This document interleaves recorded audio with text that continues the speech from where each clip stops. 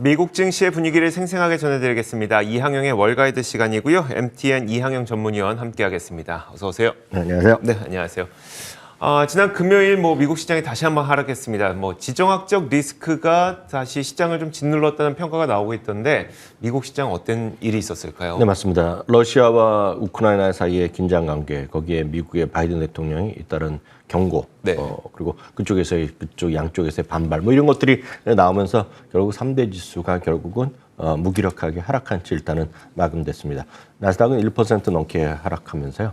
3대 지수 모두 주간 단위 하락세에서 벗어나지 못했습니다. 필수 소비재를 제외한 10개 섹터가 모두 하락했고요. 특히 기술주라든가 임의소비재 그리고 커뮤니케이션 서비스 쪽에 하락폭이 컸습니다.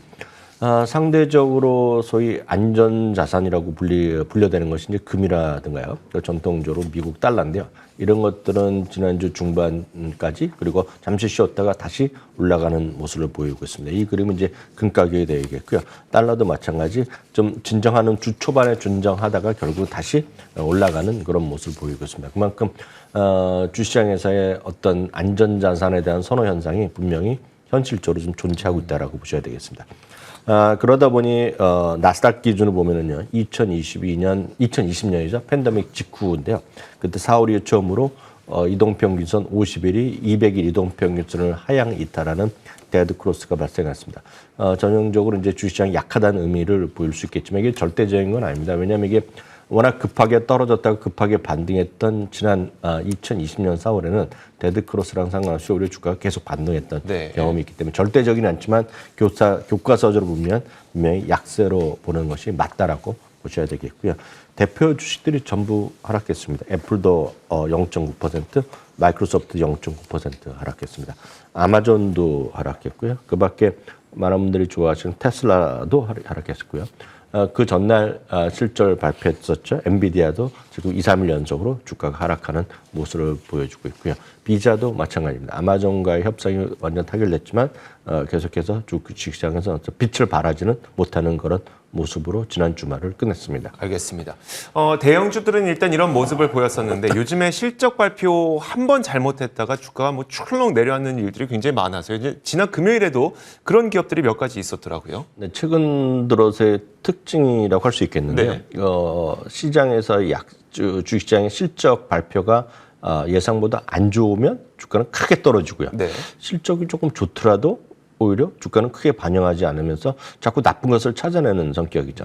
예를 들어서 가이던스가 약하거나 아니면 가이던스 중에서도 특정 항목이 약하면 여지없이 떨어지는 그런 부분입니다. 그것이 최근 들어서 보면 가장 큰 거거든요. 약세는 더 하락을 반영을 평균보다 과거보다 더 많이 반영한 반면에 어떤 어닝 서프라이즈나 이런 쪽은 반영이 덜 되는 그런 모습이라고 보셔야 되겠습니다. 로크도 그랬는데요. 기대 이하 실적에다가 가이던스까지 실망했으니까 이건 두 개 다 모든 것이 안 좋은 거거든요. 그러니까 주가는 여지없이 22%까지 떨어졌습니다. 드라프트 킹즈는 이제 모바일로 온라인으로 이제 갬블링 하는 겁니다. 그리고 스포츠, 도박 이렇게 새로운 분류라고 얘기하는데요. 적자 규모는 예상보다 예상보다 적게 발표했지만요. 가이던스를 통해서 올해 적자 폭이 예상보다 더 커질 수 있다는 얘기 경고를 했거든요. 그러다 보니 역시 이것도 22%나 주가가 급락했습니다. 반면에 이제 호재성 이런 것들은 별로 반영이 안 되는 거죠. 디즈니 월드가 입장권을 인상했습니다. 그렇지 않아도 워낙 비쌌는데요. 네. 3일에서 6일까지 열흘까지 가는 거에 대해서는 상당히 인상폭을 올려게 발표를 했습니다. 물론 이제 하루짜리 이런 것들은 변동이 없었는데요. 워낙 보통 거기 가면 보통 3일, 4일 있는 분들이 워낙 많거든요. 하루 만에 놀고 오기가 힘드니까요. 쉽지 않죠. 네. 그리고 플로리다 이쪽에서 워낙 다양한 놀이시설이 있기 때문에 그런 이제 제휴해서 딴 데 가는 것들이 그런 서비스가 있는데 그런 것들을 많이 발표했습니다. 그럼 워낙 이게 상당히 호재성인데요. 지난 금요일 날 주식시장에서 크게 반영되지 못한 채 마감됐습니다. 반면에 이제 실적도 좋게 하고 배당도 올리고 자사주 매입하고 이런 건 다 모든 걸 갖고 가는 것 중에 하나가 블루밍 브랜드입니다. 블루밍 브랜드는 이제 익숙하지 않으신데요. 네네. 아마 브랜드를 말씀드리면 아실 것 같습니다. 물론 우리나라의 그 스테이크하우스는 제가 알기에는 이 회사에서 손을 털고 다른 이제 사모펀드에서 인수한 거로 제가 알고 있는데 아웃백 스테이크 아실 것 같습니다. 그 네. 아웃백 스테이크의 모회사가 바로 블링 브랜드입니다. 이거 외에 수많은 또 체인들을 갖고 있는데 그 회사입니다. 제가 알기로 우리나라 거랑은 지분 관계가 없는 거로 제가 알고 있는데 네네. 그건 제가 확실하지 않지만요. 여하튼 블링 브랜드는 드렸던 대로 기대 이상의 실적도 나왔고 배당도 인상했고 자사주 매입까지 발표했거든요. 그러면서 주가는 블루밍 브랜드는 7.6%나 주가가 급반등한 채 마감됐습니다. 역시 요즘에는 실적만 좋아서는 안 되고요. 이게 배당과 자사주 소식이 있어야만 주가가 좀 올라가는 그런 현상도 나타나는 것 같습니다. 자, 요즘에 워낙 기술주의 이 매도세가 과도하게 나타나다 보니까 자, 그럼 이거 지금 기술주를 버려야 되는 건지 아니면 많이 낮아졌으니 물타기를 해야 되는 건지 여러 고민이 되거든요. 어떻게 해야 될까요? 네, 맞습니다. 기술주가 최근 1년만 보면 그나마 그 S&P 500 대비 조금 이긴 건 사실입니다. 그래서 최근 이 1년 동안, 일정 동안 보면 기술주가 12% 올라갔고요. S&P 500이 11% 올라갔지만 금년 이후만 보면 그렇지 않죠. 아시다시피 나스닥이 14% 정도 떨어졌을 텐데요. 기술주가 13% 떨어졌고 S&P 500이 9.3% 떨어졌으니까 훨씬 많이 떨어진 것이 사실입니다. 펀드 매니저들한테 물어봤습니다. 너희들 기술주를 지금 어떻게 하고 있냐 물어봤습니다. 이거는 어떻게 우리가 알 수 있냐면 뱅크 오브 아메리카에서 매달 한 번씩 글로벌 펀드 매니저들한테 조사합니다. 다양한 걸 물어보거든요.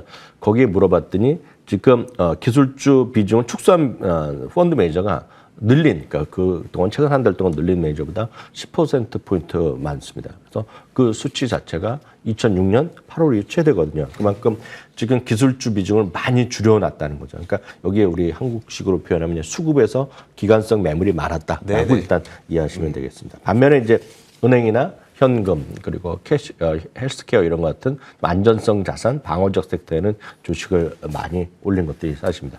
가장 큰 거는 역시 기술주가 이렇게 떨어진 것은 누구나 다 예상하다시피 어떤 금리의 상승세, 시중금리가 올라가고 기준금리가 올라갈 것이라는 어떤 걱정 때문에 결국 밸류에이션을 낮출 수밖에 없거든요. 네네. 그러니까 현재 가치를 낮아질 수밖에 없다는 거랑 같은 얘기가 되겠는데요. 반면에 이런 상황에서도 불구하고 여전히 기술주를 사야 된다는 주장이 있습니다. 같은 이제 뱅크 오브 아메리카에서 조사하면서 나온 발표 자료가 되겠는데요.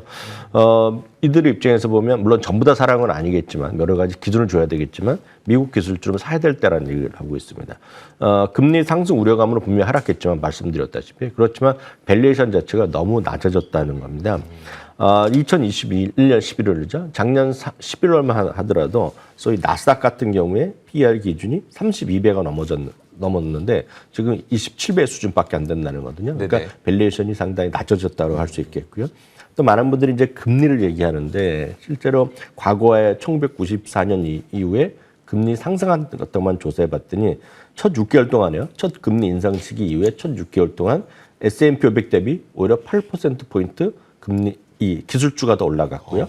12개월 동안 오히려 13%포인트 올라갔다는 겁니다. 뭐 여러 가지 해석을 할 수 있겠지만 걱정은 많지만 실제로 금리가 올라가는 것은 결국은 경기가 좋아져서 올라가는 네네. 거거든요. 그렇게 해석할 수도 있습니다. 다만 이거에 대해서는 갑론을박이 있습니다. 금리가 올라가는 것도 정도껏 올라가야죠. 그리고 그렇죠. 속도가 있는데 실제로 보면 속도가 워낙 빠르면 이렇지도 않다는 주장도 있다는 것도 이런 반론도 분명히 있다라고 이해하시면 되겠고요.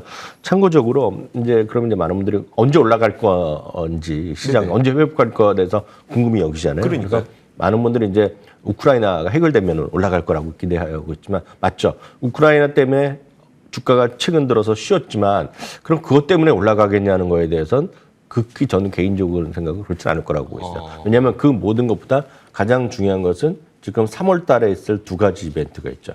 3월 달에 있을 기준금리 인상과 3월 10일로 알고 있는데요. 3월 10일쯤 발표될 소위 인플레이션율이죠. 네네. 그러니까 지난번에 7.9가 나왔잖아요. 네. 야, 1월달 지난주에 2주 전에 발표된 거가. 근데 이번에 발표될 거가 아마 실제로 8% 넘을 가능성이 커져 있거든요. 그러니까 그런 것들이 아마 발표되는 시점이 모든 것에 좀 변곡점이 될 가능성이라고 보고 있겠고요. 그래서 관점에서 똑같이 이런 뱅크 오브 아메리카에 또 물어봤어요. 다들 이제 5천을 기대하고 있는데 5천은 뭐냐 지금 계속 주식이 흘러가 네. 있잖아요. 그럼 도대체 어떤 것이 나오면 5,000포인트까지 끌고 가야되냐는 거를 물어봤어요. 흥미롭습니다. 그래서 여기 보면 여러 가지 얘기 나오는데 가장 많이 얘기했던 거가 소비자 물가 지수가 3% 상승으로 내려간다는 거죠. 현재는 7.5까지 나왔잖아요. 네네. 3%가 바로 이렇게 떨어지지는 않거든요. 그렇겠죠. 그러니까 이거는 아마 유가도 좀 안정돼야 되겠고요. 그리고 기저효과가 때문에 하반기에는 가능성이 있지만 지금 당장으로는 현실성이 별로 없다고 좀 보고 있고요. 연준 금리의 두세 번 인상이거든요. 그러니까 현재는 컨센서스가 7번인데 네. 2, 3 인상 이거 말이 안 되잖아요, 지금. 그렇죠. 그러니까 이것도 쉽지 않은 그들의 생각이 제가 보면 쉽지 않아 보이고요. 다만 세 번째는 S&P 500 주당이 $240 이상 간다는 거죠. 근데 이거는 많은 분들이 약간 이해를 하셔야 되겠는데 지금 현재 아무리 인플레이션이 어렵고 그렇더라도 이익 전망이 크게 올라가면 주가는 올라갈 수 있거든요. 네. 절대 밸류에이션이 있기 때문에. 근데 참고로 보면 지금 현재 컨센서스가 $224에서 $217거든요. 네네. 아마 하반기 정도 되면 이 가격이 나올 가능성이 있습니다. 왜냐하면 지금 어렵지만 지난주에도 S&P 500의 주당이익의 전망치 계속 상향됐거든요. 네네. 그렇지만 이 속도가 금리나 올라간 거에 비해서는 여전히 약한 거죠. 그렇기 때문에 이것이 빨리 좀 올라가야겠다. 그렇지만 이거는 당장 시기적으로 지금 당장 있을 일은 아니다라는 것도 이 설문조사의 어떤 것을 우리가 해석하다 보면 이해할 수 있어 보입니다. 좀 단순하게 보면은 시간은 좀 걸리겠지만 시장은 올라간다 이렇게 봐도 돼요. 그렇죠. 네. 그야 뭐 당연한 얘기가 알겠습니다. 되겠습니다. 자, 이렇게 지난 금요일 그리고 주말 사이에 미국 시장에서 어떤 일들이 있었는지 저희가 자세하게 살펴봤습니다. MTN 이항현 전문위원과 함께 이야기 나눠봤습니다. 고맙습니다.